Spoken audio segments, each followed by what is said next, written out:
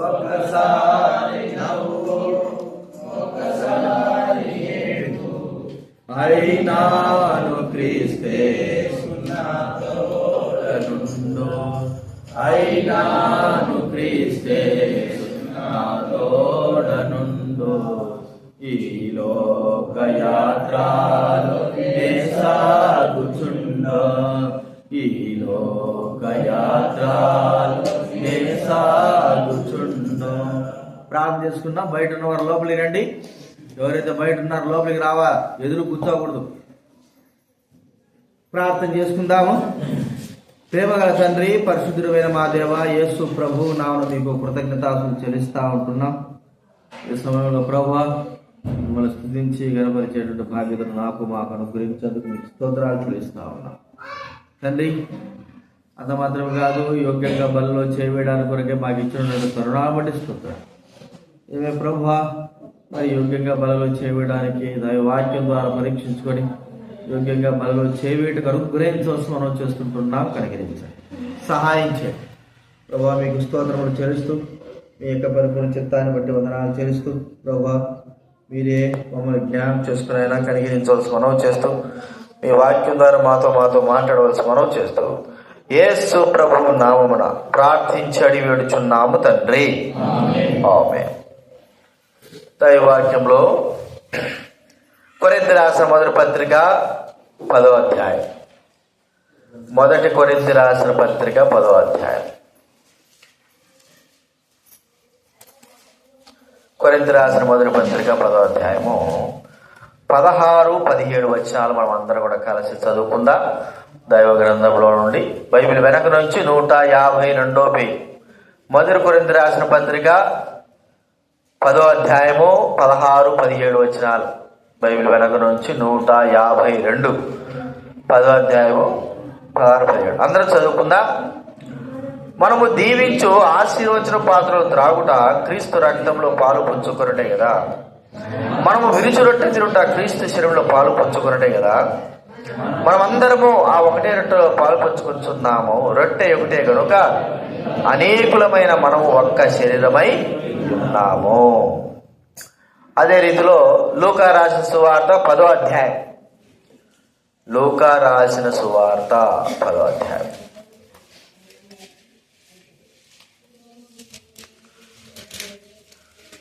లూకా రాసిన సువార్త 10వ అధ్యాయము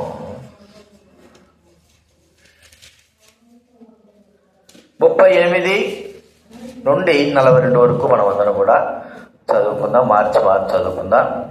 లూకా రాసిన సువార్త 10వ అధ్యాయము 38 నుండి 42 వరకు మార్చి చదువుకుందాం. వారు అంతటా వారు ప్రయాణమై పోచుండగా ఆయన యొక్క గ్రామంలో ప్రవేశించెను. మార్తా అను ఒక స్త్రీ ఆయనను తన ఇంట చేర్చుకొనెను. 39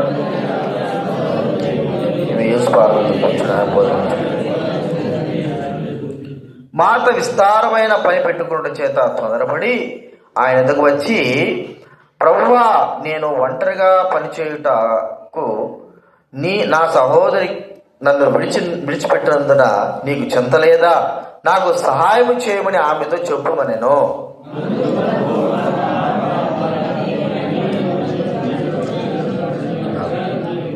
అవసరమైన ఒకటే, మరియ ఉత్తమమైన దాన్ని ఏర్పరచబడెను. అది ఆమె ఇద్దరు నుండి తీసివేయబడదని ఆమెతో చెప్పాను. చాలు. మనము మరి గత ఆరాధనలో చదువుకుంటూ వచ్చాం. మరియమ్మ తన యొక్క జీవితంలో ప్రభు పాదాల చెంత ఆ అత్తరును పోసి ప్రభువును స్తుతించినటువంటి విధానాన్ని మనకు అక్కడ కనబడతా ఉంది. ఇప్పుడు వారి కుటుంబంలో ఎలాంటి యొక్క స్థితి కలిగి ఉంటున్నారు అనేది మనం చూసుకోవాలి. వ్యక్తిగతంగా మన జీవితాలు కూడా ఎలాగ ఉన్నాయి. ప్రభువు ఆ కుటుంబాన్ని ప్రేమించినంతకంటే ఎవరిని ప్రేమించలేదు అన్నట్టుగా మనకు కనబడతా ఉంటుంది. ప్రభు ఆ కుటుంబాన్ని ప్రేమించాడు. ఆదరణ లేదనుకున్నాయి. మరి వారు తల్లిదండ్రులు లేరని, లేకపోతే వారు లోకంలో ఒకవేళ పేరు ప్రఖ్యాతులు లేరని, ఇవన్నీ ప్రభు గుర్తించాడేమో కానీ దేవుడు వారిని ప్రేమించినాడు అనే మాట దైవవాక్యంలో వ్రాయించి పెట్టాడు. అలాంటి వారి కుటుంబంలో ప్రభువు రావడం అనేది మనం చూస్తూ ఉంటున్నాం. బేతనియాకు ఏం చేసి గ్రామంలో ప్రవేశించరు. ఆ మార్త అను ఒక స్త్రీ ఆయనను తన ఇంట చేర్చుకుంది. మార్త మరియమ్మ యొక్క అక్క, సహోదరి. ఆయన ప్రభువా మా ఇంటికి రా అని ఆయన్ను చేర్చుకున్నది. ఇక్కడ మనం చూస్తూ ఉంటే తన ఇంటిలో మరి ధనికులు, దరిద్రులు, దళికుల్లోని వాళ్ళు అంత పెద్ద గొప్ప వాళ్ళేమి కాదు, కానీ ధనికులు కాదు, లేదా పేరు ప్రఖ్యాతులు ఉన్నవారు కాదు. ప్రభువు ఆ ఇంటిలోకి, ప్రభువును ఆ ఇంటిలోకి పిలవడానికి వారికి మనసు వచ్చింది. మార్త ఆ ప్రభువుని పిలిచింది. ఒక మాట మనం చెప్పుకోవాలంటే తన ఇంటిలోకి ఆహ్వానించింది అని మనం చూస్తూ ఉంటున్నాం. దైవపుడైన వారిని ఆహ్వానించింది. ప్రియమైన వాళ్ళరా, ఇప్పుడు మనం గుర్తించాల్సింది ఏంటంటే మార్త తన ఇంటిలోకి ప్రభువును ఆహ్వానించడానికి ఇష్టపడింది. తన ఇల్లు దేవుడు యొక్క సన్నిధితో నింపబడాలా, తన ఇల్లు దేవుని సన్నిధితో ఉండాలి, తన ఇల్లు ప్రభు యొక్క పాదాలు తన సన్నిధిలో ఆ ఇంట్లో ఉంచాలని ఆమె ఇష్టపడుతూ వచ్చింది. యేసు ప్రభు కూడా ఆ ఇంట్లోకి రావడానికి ఇష్టపడ్డాడు. ఈ దినాల్లో ప్రజలైన వారు ఎలాగ ఉన్నారు, వారు ఎలాంటి యొక్క ఇంటిని కలిగి ఉన్నారు, ఎలాంటి యొక్క ఇంటిపై వారు జీవిస్తూ ఉన్నారు. కొంతమంది కోట్లు పెట్టి కట్టుకుంటారు, లక్షలు పెట్టి కట్టుకుంటారు. కానీ దైవబిడ్డలు ప్రవేశించడానికి, దేవుని యొక్క మాటలు ఉండడానికి, దేవుని ఆహ్వానించడానికి ఆ ఇంటిలో ఎంత మాత్రం అధికారం ఉండదు. విలువైనటువంటి ఉంటాయి, విలువైన ఫర్నిచర్స్ కావచ్చు, విలువైనట్టు ఉంటాయి, ఎంతో లక్షలు పెట్టి ఉంటాయి. కానీ ప్రభువు ఆ ఇంటిలో లేకపోతే ఆ జీవితం అంతా కూడా, ఆ ఇల్లంతా కూడా వ్యర్థమే. ఈ దినాల్లో దైవబిడ్డలంగా మనము ప్రభువును మన ఇంటిలో ఆహ్వానించే వారంగా ఉంటున్నామా? మొట్టమొదటగా ఆహ్వానం అంటే అర్థం ఏమిటి? ప్రభువు యొక్క సన్నిధి, దేవుడి యొక్క పాటలు, దేవుడి యొక్క ఆరాధన, దేవుడి యొక్క ఘనత, దేవుడికి కావాల్సిన ఘనత మన ఇంటిలో ఉండాలని, మన ఇల్లు అలాగా మరి చెయ్యబడాలని మనము ఆహ్వానిస్తుంటున్నామా? దేవుడు ఎప్పటికి కూడా హృదయంలో కానీ మానవునికి ఇంటిలో కానీ ఆయన ఆహ్వానిస్తేనే కానీ రాడు.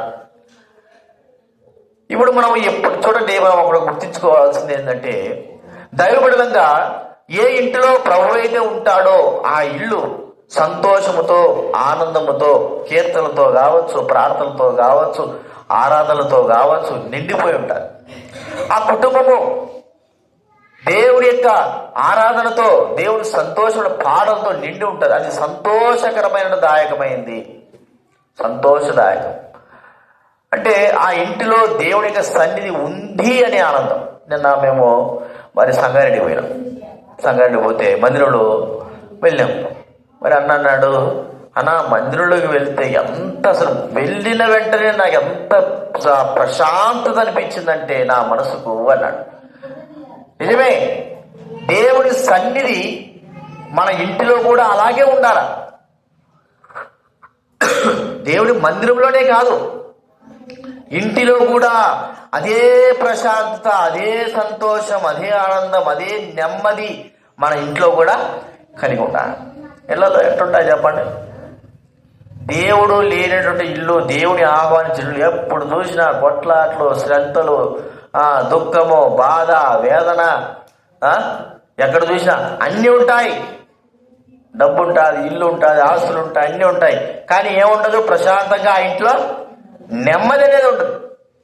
విలువైన వస్తువులు ఉంటాయి, నెమ్మది ఉండదు, ఆనందం ఉండదు. కారణం ఏమిటంటే ప్రభువు యొక్క మహిమ, ప్రభు యొక్క సన్నిధి ఆ ఇంట్లో ఉండలేకపోవడమే. ప్రియమైన వాళ్ళరా, ఈ దినాల్లో మనము గుర్తించుకోవాల్సింది ఏంటంటే మన కుటుంబము, మన ఇల్లు ప్రశాంతమైందిగా, ప్రభు సన్నిధికి ఆనందాన్ని అనుభవించేదిగా, ఇతరులు కూడా ఆ ఆనందము ఈ కుటుంబంలో ఉండాలని గ్రహించేదిగా ఉంటుందా? లేకపోతే వచ్చినప్పటి నుంచి ఎందుకురా నాయన ఈ ఇంట్లోకి వచ్చినాము, ఈ ఇంటి యొక్క కష్టము, ఈ ఇంట్లో సంతోషమే లేదురా, ఈ ఇంట్లో బాధే ఎప్పుడు చూసినా దుఃఖమే. ఒక దైవజనుడు, పెద్ద దైవజనుడు, ఒక వ్యక్తి గొప్ప ఆస్తిపరుడు తన ఇంటికి ఆహ్వానించినాడు. అయ్యా రా, మా ఇంట్లో ఉండి నీవు బస చేసి వెళ్తురా అంటే, మంచిగా ఇల్లు పెద్ద కట్టుకున్నాడు. ఎక్కడ కూడా అసౌకర్యమైనది ఏం లేదు. మరి మంచిగా ఆ ఇంట్లో అన్ని సౌకర్యాలు ఉన్నాయి. కానీ ఆ ఇంట్లో ఏదో నెమ్మది లేని స్థితి కలిగి ఉన్నాడు. నెమ్మదే లేదు. ఎందుకబ్బా ఇంత పెద్ద ఇంట్లో నెమ్మది లేదే ఏంటి అని తనకు ఆలోచన నిద్ర పట్టడంలే. పైన బాల్కనీ నుంచి చూస్తూ ఉన్నాడు. అంతా ఆలోచిస్తూ ఉంటే అక్కడెక్కడో చెట్ల మధ్యన ఒక పూరి గుడిసె ఉన్నది. రాత్రిపూట 9, 10, 11 మధ్యాల ఆ సమయంలో అక్కడి నుంచి స్వరం వినపడతా ఉంది. దేవుని యొక్క పాటల స్వరం వినపడతా ఉంది. అరే, ఆ చెట్లలో ఏదో ఇల్లు ఉన్నట్టుంది, మరి వెలుతురు కూడా కనపడతా ఉంది. అక్కడికి వెళ్ళాలా, అక్కడ ఏదో మరి దేవుని పాటలు వినపడుతున్నాయి అని అక్కడికి వెళ్ళాడు. ఆ పూరి గుడిసెలో మరి కొంతమంది 2-3 కుటుంబము లైటు అలాంతర పెట్టుకొని, చిన్న క్యాండిల్ పెట్టుకొని ప్రభువును స్తుతిస్తూ ఆరాధిస్తూ ఘనపరుస్తూ ఉంటున్నారు రాత్రిపూట. ఆ సమయంలో అక్కడ ఆ పూరి గుడిసెలోకి వెళ్ళినప్పుడు ఎంత ప్రశాంతమైన వాతావరణం. సౌకర్యాల ప్రాముఖ్యం కాదండి, నెమ్మది అనేది ప్రాముఖ్యం. సౌకర్యాలే ఉంటాయి, ఏసీలు ఉంటాయి, మంచిగా బాత్రూమ్లు ఉంటాయి, ఏం కావాలంటే ఉంటాయి. ఈ సౌకర్యాలు కాదు. దైవబిడ్డలైన వారికి కావాల్సింది ఏంటంటే నెమ్మది. అది ఎక్కడ? మన కుటుంబంలో కూడా నెమ్మది. చూడండి, మార్త తన ఇంటిలోకి ప్రభువును ఆహ్వానించింది. ప్రభువు ఉంటే ఎట్లుంటది? సంతోషము, ఆనందము. చెప్పడానికి వీల్లేదు. నెమ్మది, ఆ హృదయ ఆనందము. అందుకే మనకు తెలుసు, లూకాసు వార్త 19వ అధ్యాయంలో జక్కయ్య గురించి మనం తెలుసుకుంటున్నాం. యేసు ప్రభువారు జక్కయ్య ఇంటిలోకి వచ్చినారు. జక్కయ్య ఇంట్లో ఏముంది? ఇప్పుడు డబ్బు ఉంది, అన్నీ ఉన్నాయి. కానీ అంతవరకు ఏమి లేదంటే నెమ్మది అనేది లేదు. ఎప్పుడైతే ప్రభు ప్రవేశించాడో ఇంటిలో నెమ్మది, తనలో నెమ్మది, అన్నిటిలో నెమ్మది. ప్రభు ఉన్న ఇల్లు ఎట్టుంటా చెప్పండి? ఎట్టుంటా చంద్రశేఖరణ? మాది గరీబ్ ఇల్లు. గరీబ్ ఇల్లు అంటే ఏది ఉన్నా సరే నీ ఇంట్లో ఏముండాలా? నెమ్మది, సంతోషం, ప్రభు యొక్క ఆనందం ఆ ఇంట్లో ఉండాలా. అసలు పైన రేపు లేకపోయినా పర్వాలే, ఏముండాలంటే అక్కడ నెమ్మది, సంతోషం. ప్రభు ఎక్కడైతే కాలు పెడతాడో, ఎక్కడైతే ఉంటాడో అది లేకపోతే ఆ స్థలమంతా కూడా గందరగోళం. ఎట్లాంటి గందరగోళం? డబ్బున్నా, ఆస్తులున్నా, మంచి బిల్డింగ్లు ఉన్నా, ఏమున్నా సరే గందరగోళంతో ఉంటుంది. ఏవి కూడా మనం ప్రశాంతంగా నిద్రపోయేదానికి కూడా లేదు అనేది మనం గుర్తించుకోవాలి. మొట్టమొదటి మనం చూస్తూ ఉంటే మార్త తన ఇంటిలోకి ప్రభువును ఆహ్వానించింటే ఆ ఇంట్లో ఎట్లా సంతోషాన్ని అనుభవించిందంటే అంత సంతోషం. మరి నీ కుటుంబంలో, మన కుటుంబంలో ప్రభు యొక్క సంతోష ఆనందాలు ఉన్నాయా? ప్రభు యొక్క ఆనందం ఉందా అనేది మనం గుర్తించాలి. అది ఉంటే చాలు, డబ్బు అవసరంలే కదా, మంచి ఇంట్లో ఫర్నిచర్స్ అవసరంలే, ఏమి లేకపోయినా సరే అది ఉంటే చాలు, నెమ్మదే. ఆ ప్రభు యొక్క కాలు పెడితే చాలు, ప్రభు యొక్క ఆ సన్నిధి యొక్క ఆవరణ మనం కలిగి ఉంటే చాలు. అది మనం కలిగి ఉండాలి. అది ఎప్పుడు కలిగి ఉంటాం? ప్రభువును ఆహ్వానించినప్పుడు, ప్రభువుకు అయిష్టమైనన్ని కూడా తీసివేసినప్పుడు. ప్రియమైన వారులారా, ఆ కుటుంబంలో ప్రభువుకు ఏదైతే హేయకరమైన అన్ని తీసివేసినప్పుడు ఆ ఇల్లు సంతోషముతో, ఆనందముతో నింపబడేదిగా, దేవుని సన్నిధితో నింపబడేదిగా ఉంటుంది. అది దేవుని యొక్క నిజమైన సన్నిధి. ఆ సన్నిధి యొక్క ఇల్లును మనము గ్రహించాలి. అన్నీ ఉంటే కాదు. అందుకే ప్రతిరోజు ఉదయాన మరి ప్రార్థనలు, కుటుంబ ప్రార్థనలు, పాటలు అవి మనలో ఉండాలి, మన ఇంటిలో ఉండాలి. అందుకే చెప్పి ఆ సంతోషము అందరూ కూడా ఏం చేయాలా? అనుభవించే వారంగా ఉండాలి. ఇది మొట్టమొదటి చూస్తుంటున్నాం. రెండోదిగా ఆ కుటుంబం ఎలాగుందంటే మరి ప్రభువైన యేసుక్రీస్తుని ఆతిథ్యం ఇచ్చిన కుటుంబంగా ఉంది. ఆతిథ్యం, ఆయనతో పాటు ఆయన ఒక్కడే పిలుస్తారా? యేసుప్రభు ఒక్కడే వస్తే సరిపోయా. అర్థమైందండి? యేసుప్రభు ఒక్కడే వచ్చాడు అనుకో, ఆ టీయో లేకపోతే అన్నమో అప్పటికప్పుడు చపాతో చేసి పెట్టచ్చు. యేసుప్రభుతో పాటు ఎంతమంది వస్తారు? చెప్పండి. యేసుప్రభుతో పాటు ఎంతమంది ఉంటారు? 12 మందినా? ఆయన చుట్టూ 12 మందే. ఆయన తర్వాత ఇంకెంతమంది ఉంటారు చెప్పలేము. 12 మంది అనేది మాత్రం ఖాయం. దాని తర్వాత ఎంతమంది ఉంటారో తెలియదు. మరి అందరికీ ఏం చేయాలా? వచ్చే వాళ్ళకి అందరికీ ఇంట్లో ముందు నీళ్ళు అయిపోతాయి. వచ్చే వాళ్ళందరూ ఏం చేయగాల? నీళ్ళు తాగాలి. అంతేనా? నీళ్ళు అయిపోతాయి. మరి భోజనానికి ఆ ఏసుప్రో పెడితే అందరూ ఊరుకుంటారా? ఏమమ్మా అంతనా లేదా, మాకు కూడా పెట్టచ్చు కదా అన్నం అంటారు. 12 మంది పెట్టాలా? ఆయనతో వచ్చే వాళ్ళందరికీ పెట్టాలా? మరి చిన్న కుటుంబమే ఆతిథ్యం చేయాలంటే ఎట్లా? అవన్నీ ముందు ఆలోచించలే వాళ్ళు. ఆలోచించింది ఏంటంటే ప్రభువు నా ఇంట్లో ఆతిథ్యమానికి ఇవ్వాలి.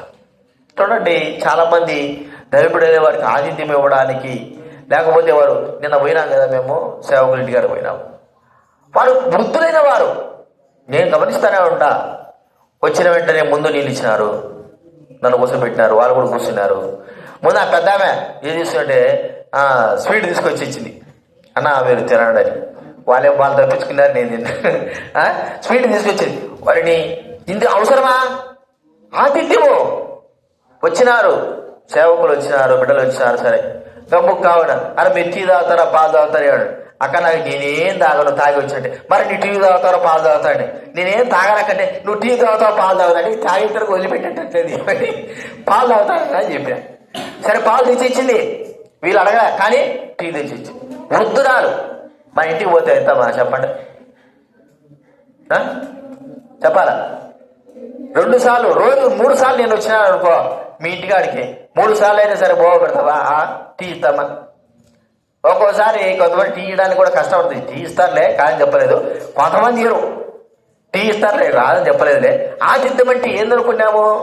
దైవబడిన వారికి మన దగ్గర ఉన్నది వచ్చినప్పుడు వారికి మనము ఇవ్వడం. అది అబ్రహాం జీవితంలో మనం చూస్తూ ఉంటున్నాం. చూడండి, అబ్రహాం జీవితంలో అబ్రహాము ఏ వయసు అప్పుడుది?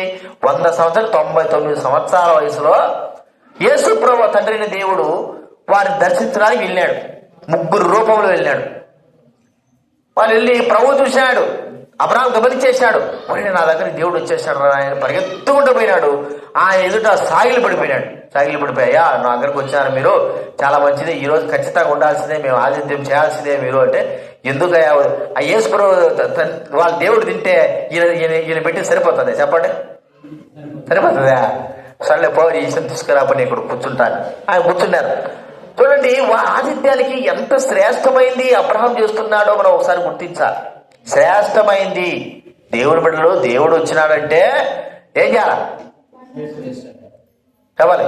నీళ్ళతోనే వదిలిపెడతామా? నీళ్లతో వదిలిపెడతారు చెప్పండి. కొంతమంది నీళ్లతో అది కూడా లేదు. వెంటనే వెళ్ళి పనివాడికి చెప్పేసాడు, రే ఒక లేగతోడు తీసుకోపోరా అంటే వాడు వెంటనే 3కి లేగతోడు సరిపోతుందా చెప్పండి? సరిపోతుందా? ఎక్కువ అవుతుంది కదా. మనుషులంగా మనకైతే మనం ఏమవుతుంది, 1 కిలో తెచ్చుకుంటేనే కష్టం. 3కి ఏం చేశాడు? లేగతోడు పోసాడు. ఆమె ఎన్ని మార్కులు పిండి? 3 మానికల పిండి తీసుకొచ్చే 3కి ఎంతసేపు? 3 మానికల పిండి, 3 3 6 లేకపోతే 10 చపాతీలు అంతేనా? 3 మానికల పిండి ఎందుకు? అది ముసలావిడ కష్టపడుతున్నాడు. 90 సంవత్సరాల వయసు ఆమె ఏం చేస్తాడు? నువ్వు పోయి ఈ చపాతీలు చేయాల్సిందే. అప్పుడు పెద్ద పెద్దటి ఎరుసలను చూస్తే ఇంతలా ఉంటాయి. అవి చేయాల్సిందే. 3 మానికల పిండి ఆ ముసలామె ఏం చేసిందో చేసింది, ఖచ్చితంగా చేసింది. అన్ని తీసుకొచ్చి పెట్టాడు. జొన్న ఇల్లు అన్ని తీసుకొచ్చి పెట్టాడు. 3కి. ఎంతమందికి అంటే 3కి. ఒక్కరికే మనం ఆతిథ్యం చేయలేకపోతున్నావే, ఇక 3కి అంటే, ఇక 4 అంటే, 10 మంది అంటే ఎట్లాంటిది? శ్రేష్టమైనది. కుటుంబంలో మనకు అంటే లేకోకుంటే ఉన్నా లేకునేది ప్రాముఖ్యం కాదు, కానీ మనము ఇచ్చే ఆతిథ్యము ప్రభు బిడ్డల పైన మనము శ్రేష్టమైన దాన్ని ఇచ్చే ఆతిథ్యం మీద మనం గుర్తించుకోవాలి. ప్రభు మరి తనతో పాటు వచ్చినప్పుడు ఆ ప్రభువుకి ఈ మరియమ్మ మార్తమ్మ ఏం చేస్తుందంటే, ఏం చేయాలనుకుంటుందో, పొయ్యి కాడ పోయి ఏం చేస్తుందో, ఆతిథ్యం ఇవ్వాలి కదా, అవి చేయాలా, ఈ చేయాలా, ఎట్ట చేయాలి, ఏమేమో ఆలోచిస్తా ఉంది. కానీ ఒక్కటే ప్రయాసపడతా ఉంది, చెయ్యాలా ప్రయాసపడతావు. ఆతిథ్యము అన్నప్పుడు తెలియకే మనము దైవబిడ్డలకి ఇచ్చిన ఆతిథ్యము మరి దేవుడికి ఇచ్చినట్లు. ఈ దినాల్లో కుటుంబాల్లో ఆతిథ్యాలు తక్కువైపోయినాయి. ఒక్క క్షణం ఉండడానికి కూడా గంట సేపు ఉన్నామనుకో అన్న ఎప్పుడు పోతావు అన్నట్టుగా ఉంటారు కదండి. గంట సేపు 2 గంటల సేపు ఉన్నారనుకో ఎప్పుడు పైకి మాత్రమే ఏమంటారు ఉండొచ్చు కదా అంటారు. వీళ్ళు కూడా పైకి మాత్రమే సరే ఈసారి వస్తాంలే అంటారు. ఉండాలని ఉంటుంది హృదయపూర్వకంగా చెప్తేగా ఎట్టుంటది చెప్పండి. బొమ్మలు లేక ఏదో ఒకటి పొగ పెట్టినట్టుగా ఉంటుంది. ఆతిథ్యం చేయలేక 2 రోజులు చేయలేక అయిపోతుంది. ఆతిథ్యం మనం కూడా చూసుకోండి, మీటింగ్లు పెడతా అంటాము, మనం మీటింగ్లు పెడతాము, 3 రోజులు మీటింగ్లు పెడతాం కదా మనము. సండేస్ వీబీఎస్ సండేస్ పెడతాం. ఆతిథ్యం అంటే ఏదనుకున్నారు, వాళ్ళకందరికి వచ్చిన వాళ్ళందరికీ వండి పెట్టడం. 2 రోజులకి ఏమైపోయింది మన పని, మన వీబీఎస్ లో చెప్పండి. 2 రోజులకి అదిరిపోయింది. నేను చూస్తూనే ఉంటా ఏం చేస్తారబ్బా అని. అప్పుడే అలసిపోతుంది. సాయంత్రం కల్లా అయిపోయింది మన పని, అయిపోయా. ఇక 3వ రోజు అయితే ఇక 3వ రోజు ఇంక అందరు ఎవరి దారులు వెనక కూర్చుంటారేమో. వారం రోజులు మనం చూడండి హెబ్రోన్లో కానీ పెద్ద పెద్ద అక్కడ కానీ 10 రోజులు. ఇప్పుడు కాన్వకేషన్ కూడా క్యాలింగ్బాగ్లో 10 రోజులు జరుగుతుంది. 10 రోజులు 3 పూట్ల అన్నం పెట్టి వారికి అందరికీ మరి ఆతిథ్యం చేసి వారిని మరి పోషించాలంటే అది తేలికైన విషయం కాదు. 10 రోజులు అంతగా ఆతిథ్యం, ఎంత పనులు ఎంతగా ఉంటాయి కదా ప్రియమైన వారులారా. ఆతిథ్యం అనేది చేయ మరొకటి. ప్రభు అన్నాడు మాట చూడండి. పౌలు అంటాడు హెబ్రీ రాసిన పత్రిక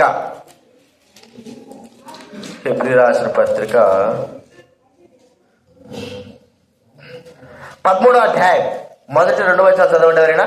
హెబ్రీ రాసిన పత్రిక 13వ అధ్యాయం 1-2 వచనాలు.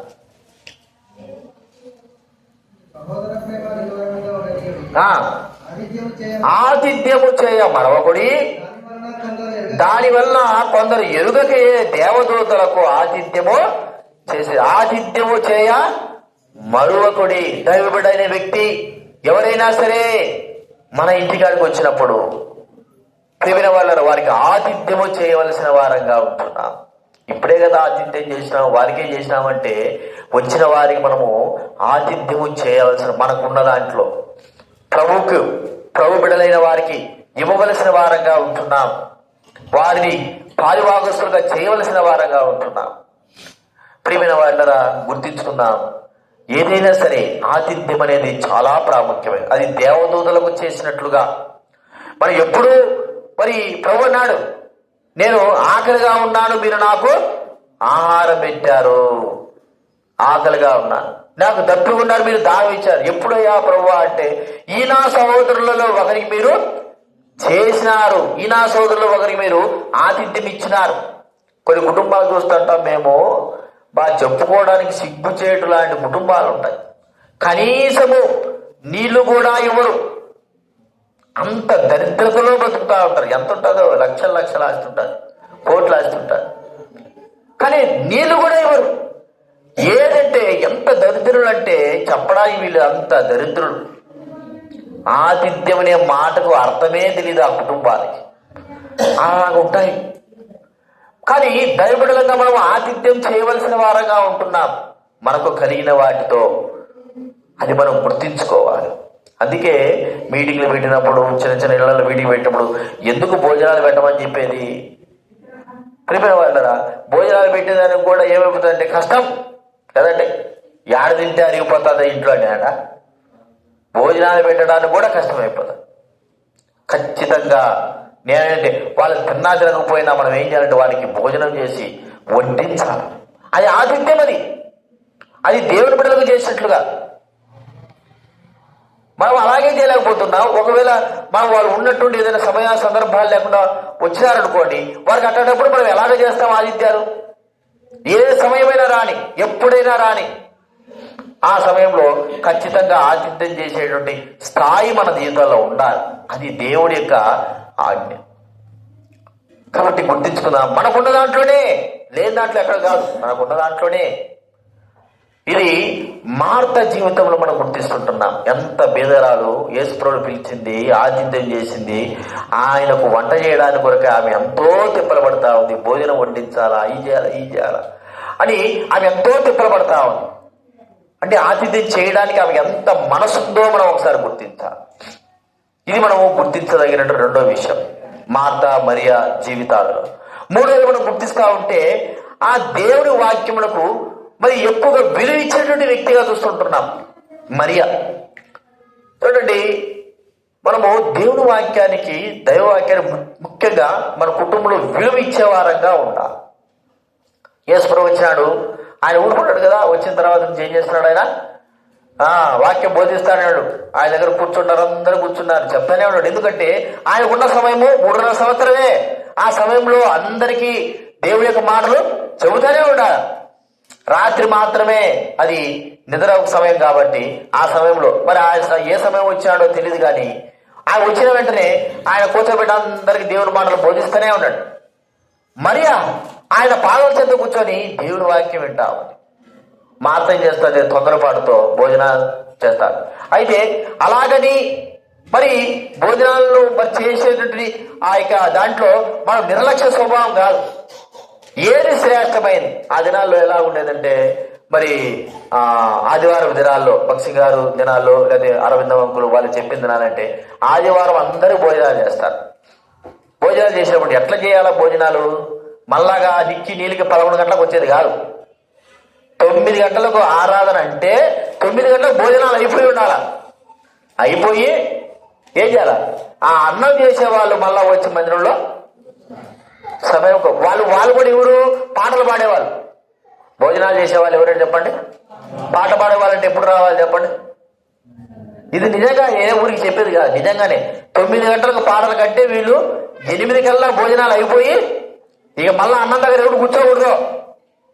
అన్నం చేస్తారను చూసుకోండి, నన్ను చూసుకోండి అని కూర్చోకూడదు. అంత అయిపోయేలాగా ఏం చేయాలా? పాటలకు ముందు రెడీ ఉండాలి. అలాంటి క్రమం మరి 100 మంది 1000 మంది అంటే అది వేరు. 100 మంది 1000 మంది ఉన్నప్పుడు ఆడ ఒక 10 మంది ఉండాలి. అందుకే హెబ్రోలో చూడండి, వంట డ్యూటీ దగ్గర కూడా ఏముంటుంది? మైకులు ఉంటాయి. వంట దగ్గర మైకులు ఎందుకు? వాక్యం వింటూనే చెయ్య. స్టీవెన్ చిన్నప్ప అంకులు ఆయన కూడా చెప్పేవాడు. సుమారు 18-20 సంవత్సరాల వరకు భక్త్ సింగ్ గారికి సేవ చేస్తే ఆయన వంట డ్యూటీ అంటే లోపల కిచెన్ డ్యూటీ, మరి వచ్చిన వారికి అందరికీ అన్నం చేయాలి. ఆయన ఏం చేసేవాడంటే మరి బండిని వేసుకొని కిచెన్ లో వారికి కావాల్సిన వండుతా ఉంటాడట. అక్కడ కూడా మైక్ పెట్టింటాడట భక్త్ సింగ్ గారు, లోపల మైకు. అంతా అయిపోయిన తర్వాత అడిగేవాడట, ఏం స్టీవెన్ విన్నావా లేదా వంట చేస్తున్నావా అని అడిగాడు. ఏం విన్నావో చెప్పు అని అడిగాడు. ఇట్లా వంట చేస్తూ ఉండాలా, ఏం చేయాలా? వాక్యము వింట 2 విధాలుగా. ఎందుకు మైకులు పెట్టేది? ఒకవైపే మనం పోతుంటాం.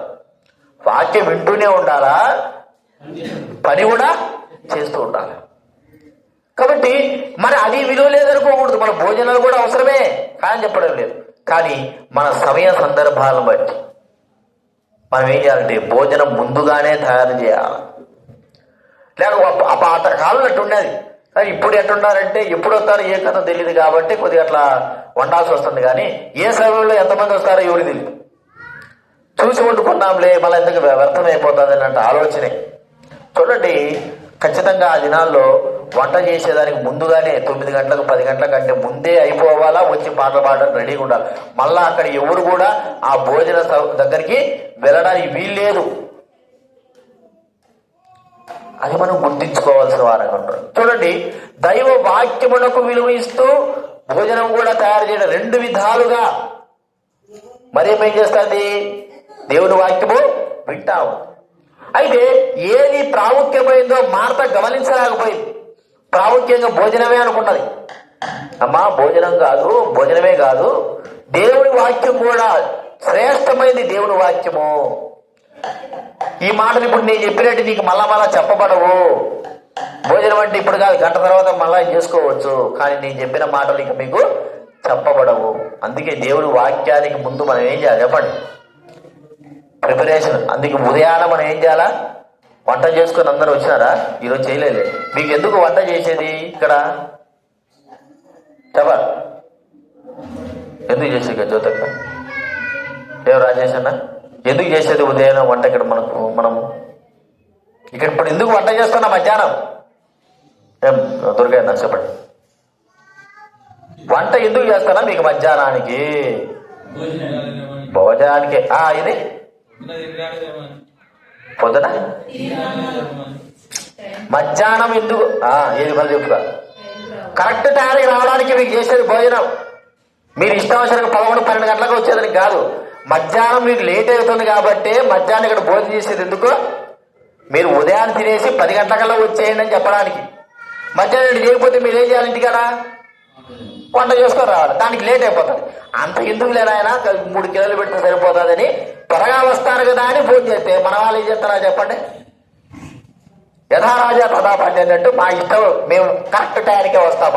మాట నువ్వు ఒంటిగంట చేసుకుంటావు, అన్నం చేస్తావో లేకపోతే బిర్యానీ చేస్తావు మాకు అనవసరం. మేము వచ్చేది 10:30 తర్వాతనే, 10:30 ముందు రా. మేము ఎందుకు చెప్పేది వంట చేసేది ఎందుకంటే ఇంటికాడ చేసుకోకుండా టైం అయినా సరే ఇటు కూర్చొని అన్నం తినడానికి కొరకై ఉదయాన త్వరగా రావడానికి చేస్తున్నాం.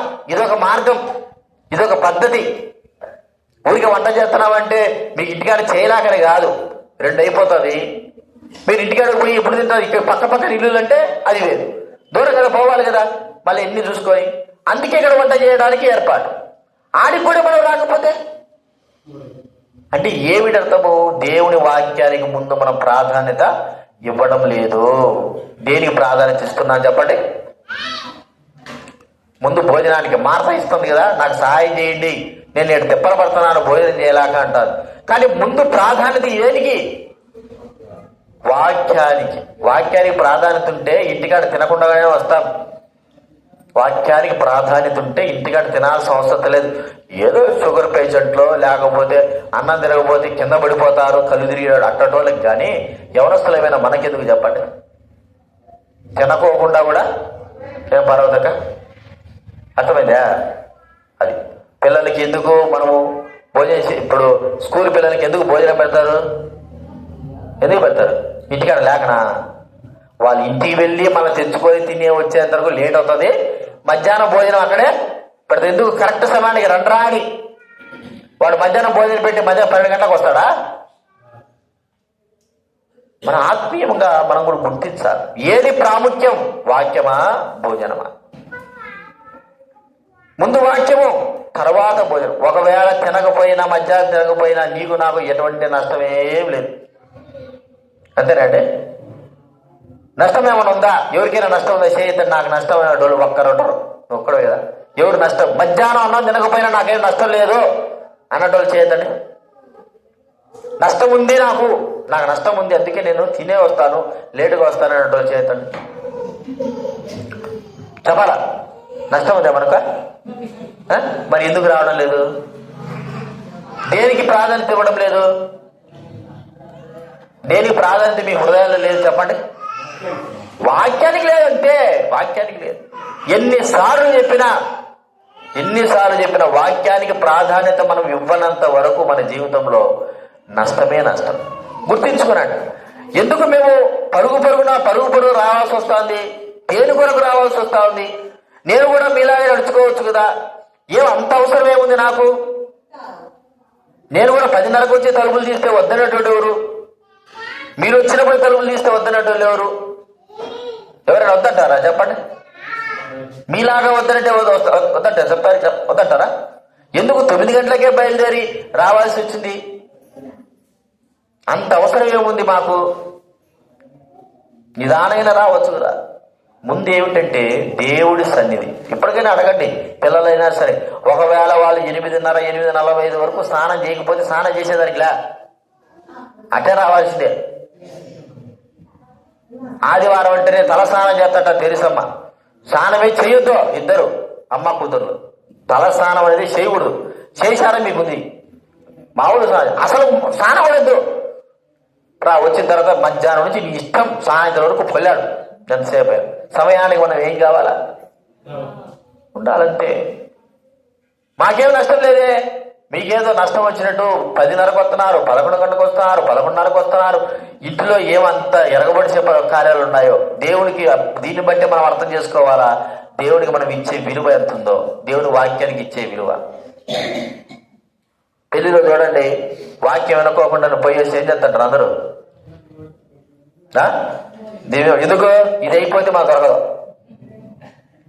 చాలా మంది వాక్యానికి విలువ ఉండదు. ముందు పోయి ఏం చేయాలా? భోజనం చేయాలి. ఆపయ్యా నువ్వు త్వరగా, మాకు ఆకలి ఎత్తుంది. వీడు వాక్యానికి అసలు వచ్చాడు. మార్త మరియా వారిద్దరిని గమనిస్తే, మరియా యేసు పాదాల చెత్త ప్రాముఖ్యమైన ఎంచుకున్నది. అన్నం వద్దరిగా చెప్పడం కాదు, మొదటిగా ఏది అవసరమో మనం చెప్పబడతాం. ఈ దినాల నుంచి 10 గంటలకు ఎన్ని రోజులు, ఇప్పటికి 4 దాకా 2 నెలలు కదా, ఇది చెప్పిందే మళ్ళా ఇప్పుడు చెప్తున్నా. 10 గంటలకల్లా ముందు వస్తారా ఎవరైనా? ముందు అన్నం చేయకోకుండా, అన్నం తినకోకుండా పిల్లలకు మాత్రం పెట్టి వస్తాము అన్న వాళ్ళు చేయతండి. ఏం గంగారామన్న, ఎంతమంది చిన్న పిల్లలు ఉండండి చెప్పు ఉన్నారు. అదే నేను చెప్పేది, పిల్లలకి పెట్టైనా సరే 10 గంటలకల్లా ఇక్కడ ఉంటాము అన్న వాళ్ళు చేయతండి. మొన్నటి వరకు మొత్తుకున్నారు, చలి. ఇప్పుడు చలి ఆడుంది చెప్పండి. ఇప్పుడు ఎండను మొత్తుకుంటారా? రాత్రి కూడా ఎండ వస్తుందా? చెప్పాలా? 10 గంటలకల్లా వస్తాము అన్న వాళ్ళు చేయతండి. 10 గంటలకు ముందే. అదే అనుకోలేక వస్తాను. ఇప్పుడు దానికి ఇప్పుడు వచ్చింది, ఆ అనుకోలేకనే ఇప్పుడు వచ్చింది.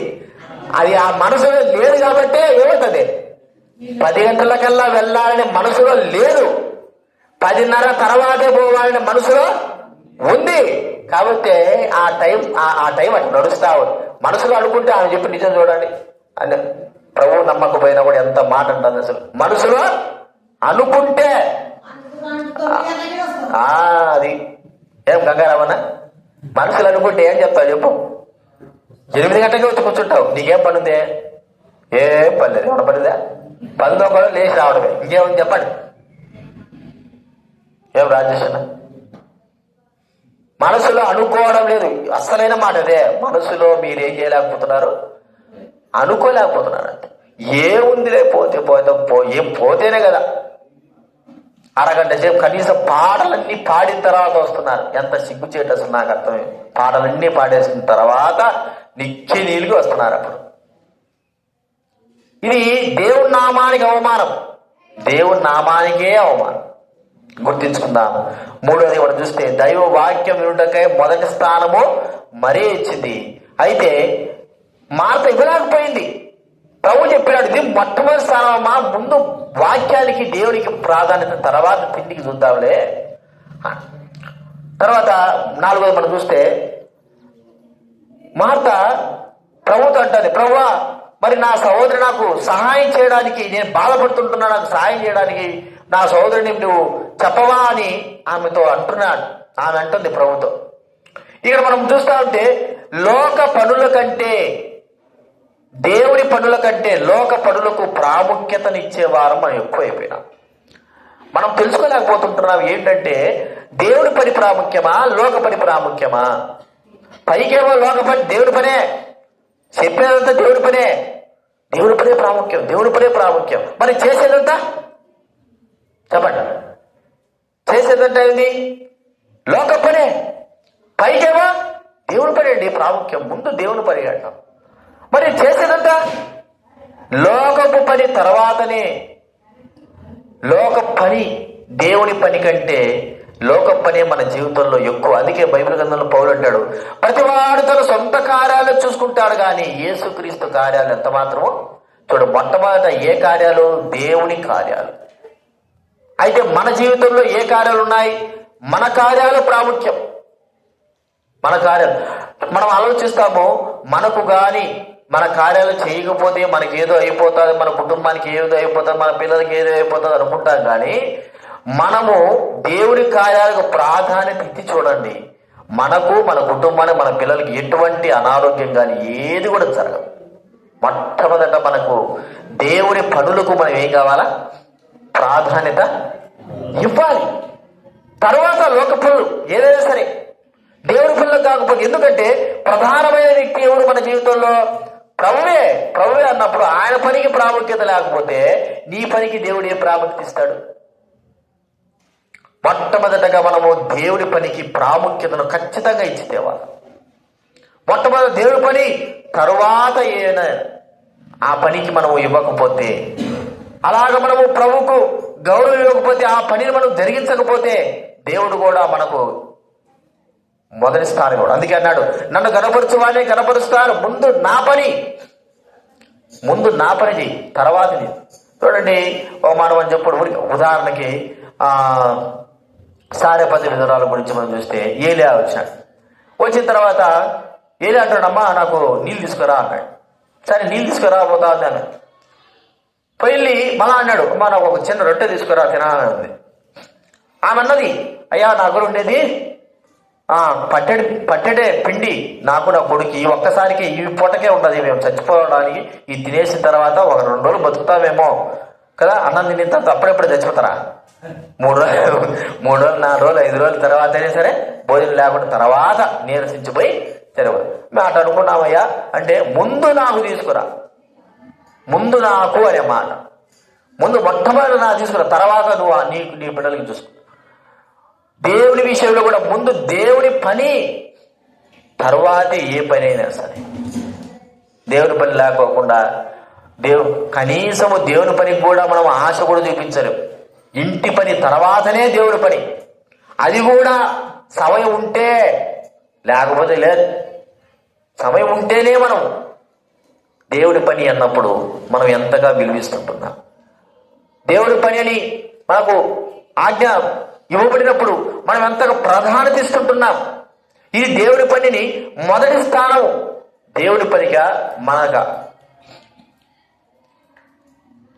చూడండి, మరియా మార్త గమనిస్తే దేవుడి పని ప్రాముఖ్యం మార్త విషయంలో గుర్తిస్తా ఉంటే ఎవరికెవరికో భోజనం తయారు చేయడం కాదు, యేసు ప్రభుకే మొట్టమొదటిగా భోజనం తయారు చేయాలి, ముందు దేవుడి పని చూడాలా.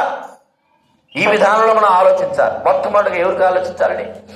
దేవుడికి, యేసు ప్రభుకి భోజనం తయారు చేయాలి. చాలా మంది అంటారు కదా, ఏదైనా పెళ్లిళ్ళలో ఎక్కడైనా సరే ముందు అన్ని భోజనాలు తయారు చేసిన ముందు వాళ్ళకి పెట్టాలి, పెద్దలకి పెట్టిన తర్వాతనే ముందు వాళ్ళకు ఉండాలిరా. పిల్లలు అడుగుతా అంటారు అది ఇది అంటే ముందు పెద్దలు తినాల, తర్వాత మనం తినాలి. ప్రాధాన్యత దేనికి అనేది మనం చూడాలి. ప్రభువుకి ఇస్తుంటున్నామా? మన పనులు ఆపుతుంటున్నామా? మన కార్యాలు ఆపుతుంటున్నామా? ప్రాధాన్యత దేవునికి ఇస్తుంటున్నామా? మనం గుర్తించుకోవాలి. మనము ప్రాధాన్యత దేవునికి ఇవ్వకపోతే దేవుడు మన పనులకు కూడా ప్రాధాన్యత ఇవ్వనివ్వడు. ఇవ్వవలసిన సమయంలో ఆ ప్రాధాన్యతను మనము గుర్తించకపోతే దేవుడు మన పనులలో కూడా ఎటువంటి ప్రాధాన్యతని ఇవ్వడు. మొట్టమొదటిగా ఇవ్వనివ్వడు. మనం ఆయన పనులు చేస్తున్నామనుకో, ఏదైనా పనులలో ఏదైనా కార్యంలో మనం వెళ్ళాలి, మొట్టమొదటిగా మన పని చేస్తారు, మన పని మొదలు పెడతారు. ఏదైనా సరే, ఇప్పుడు ఎంఆర్ఓ దగ్గర పోయినాము, అక్కడ వెళ్ళినాము, అవసరం ఉంది, మనం వెళ్ళినప్పుడు మొట్టమొదటిగా మనం దేవుడి పని చేస్తున్నాం కాబట్టి వాళ్ళే పిలుస్తారు. ఒక్కోసారి మొదట మీరే రండి, మనకు ప్రాధాన్యత ఇస్తారు. ఎందుకంటే మనము దేవుడి పని చేస్తాం, దేవుడు కూడా వారి ద్వారా మన పని చేయించడానికి మొదటగా మనకు ప్రాధాన్యత ఇస్తారు. లోకంలో జరిగేది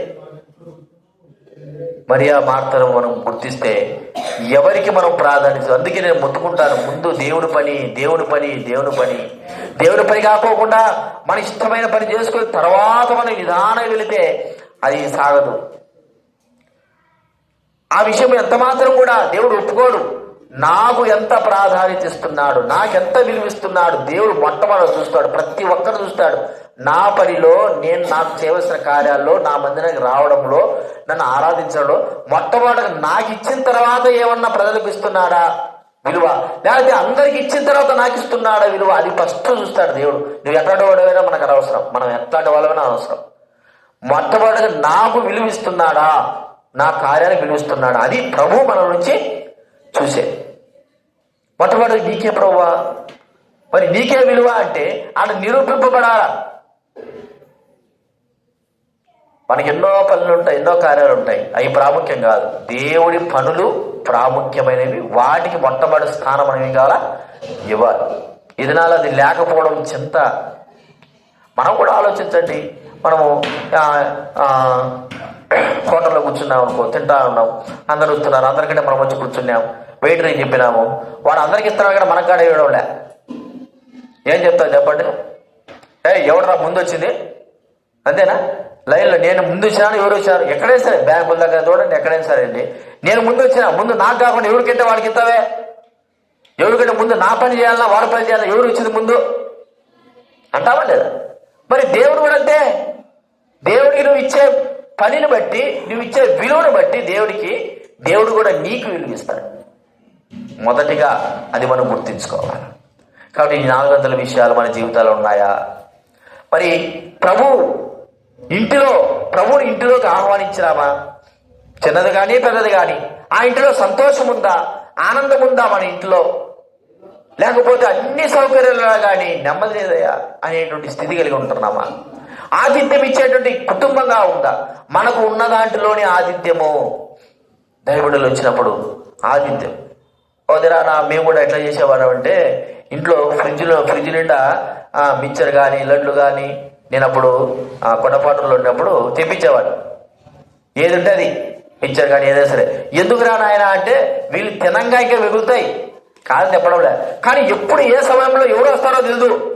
సేవకులు కానీ విశ్వాసులు కానీ ఎవరు వస్తారో ఎవరు తెలియదు. ఆ సమయంలో అది ఎక్కడుంటుంది? మాకు 2 కిలోమీటర్ల దూరంలో పోవాలి. అప్పుడు నాకు బైక్ లేదు కదా, సైకిల్ దొక్కటం పోవడా, ఆటోలు ఉండవు ఏముండవు. బైక్ అంటే వెంటనే ఇప్పుడు పోయి ఇటు వస్తానని చెప్పారు. పాల ప్యాకెట్లు ఎప్పటికప్పుడు 2-3 పాల ప్యాకెట్లు ఉండేవి. పెరుగు ప్యాకెట్ ఖచ్చితంగా కిలో పెరుగు ప్యాకెట్ ఖచ్చితంగా తెచ్చి 2-3 తెచ్చి పెడతా అంట. ఎప్పుడు ఏ సమయంలో ఏముంటుందో దూరం నుంచి తెచ్చుకోవాలా.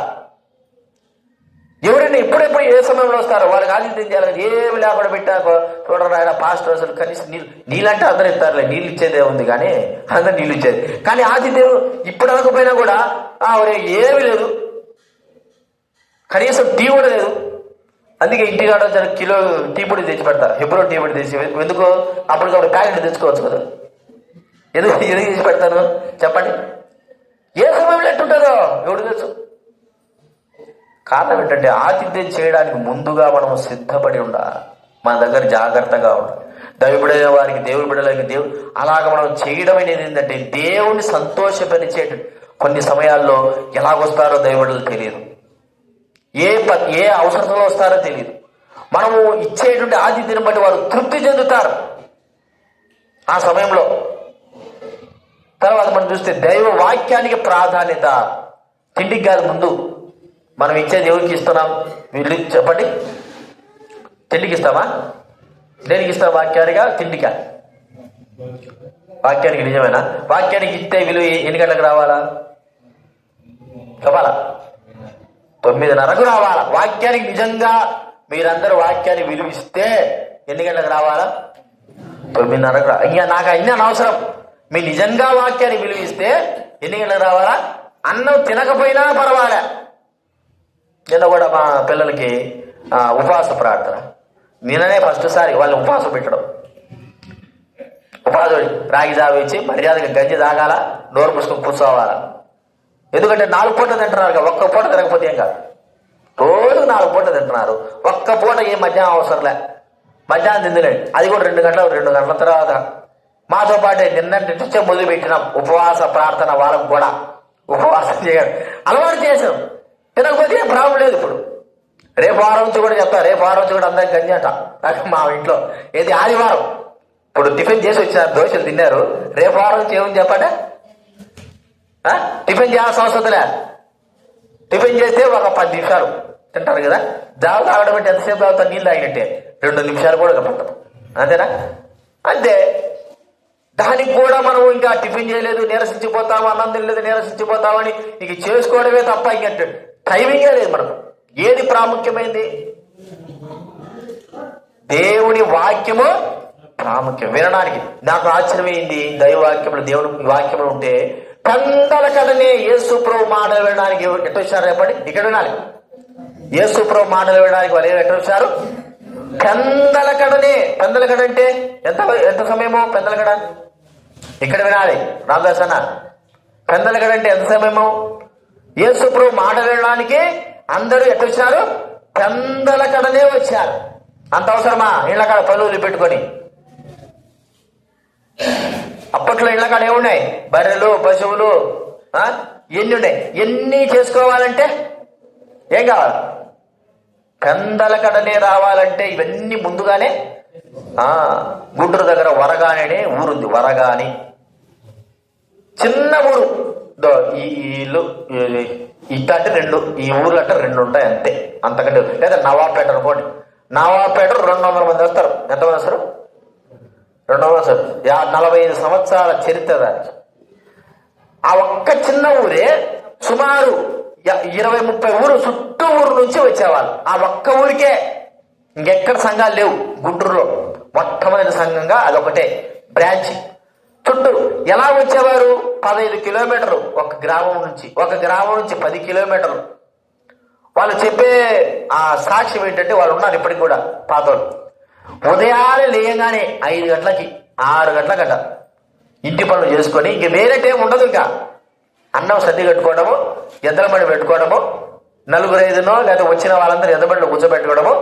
6-7 గంటలకు ఎద్దుల బండి అక్కడ బయలుదేరుతుంది.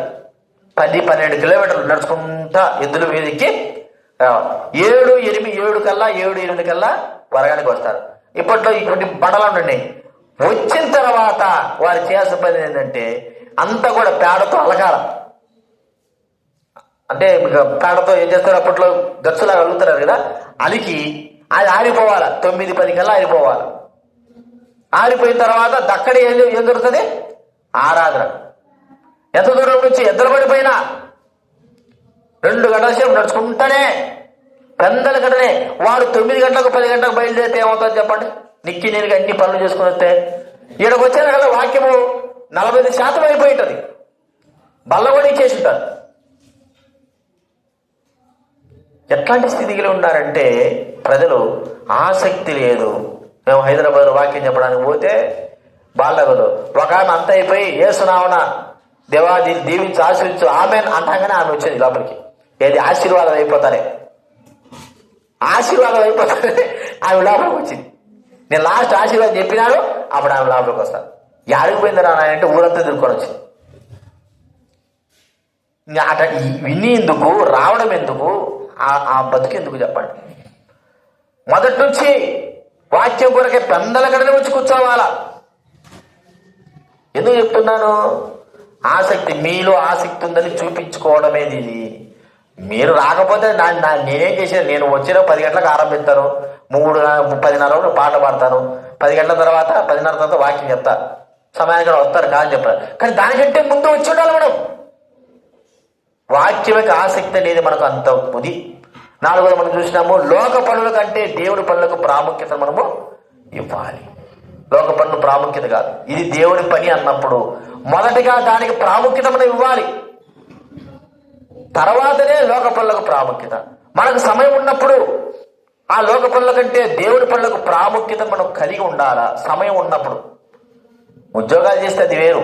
ఉద్యోగాలు చేయకపోయినా కూడా సమయం ఉండి కూడా రాలేకపోవడం అనేది, అది మనము దేవుని అవమానించిన వారంగా అవుతాం, దేవునికి తక్కువ చేసిన వారంగా అవుతాం. ఎవడైనా పెద్దోడు అధికారి ఏదైనా మనకు పని అప్పచెప్పాడు అనుకో, అన్నిటికంటే ముందుకు చేస్తుంటాం కదా, ముందుగానే పోయి ఆ పనులని చేయడానికి ఇష్టపడతాం. మరి దేవుడు అందరికంటే గొప్పవాడు కదా.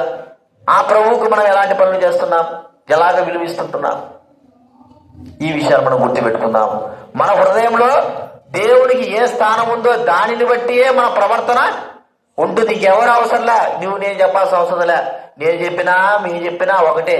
నీ హృదయంలో నా హృదయంలో దేవునికి ఎంత ప్రాధాన్యత ఉందో దానిని బట్టియే మన ప్రవర్తన జరుగుతుంది. మనము ప్రవర్తిస్తాము, నడుస్తాము, దాన్ని బట్టి గుర్తు. నీ హృదయంలో ప్రభువుకు మొట్టమొదటి స్థానం అందరికంటే అలాగే ప్రవర్తిస్తావు. నీ హృదయంలో అందరికంటే యేసు ప్రభు ఎన్నుకున్నాడు అనుకో, అలాగనే ప్రవర్తిస్తావు. మనం ఇచ్చే విలువను బట్టి ప్రభువుకు మన ప్రవర్తన కూడా అలాగ ఉంటుందని మనము గుర్తించుకో. ఈ విషయాలు జ్ఞాపకం పెట్టుకుందాం, ప్రార్థన చేసుకుందాం. ప్రార్థన చేసుకుందాము.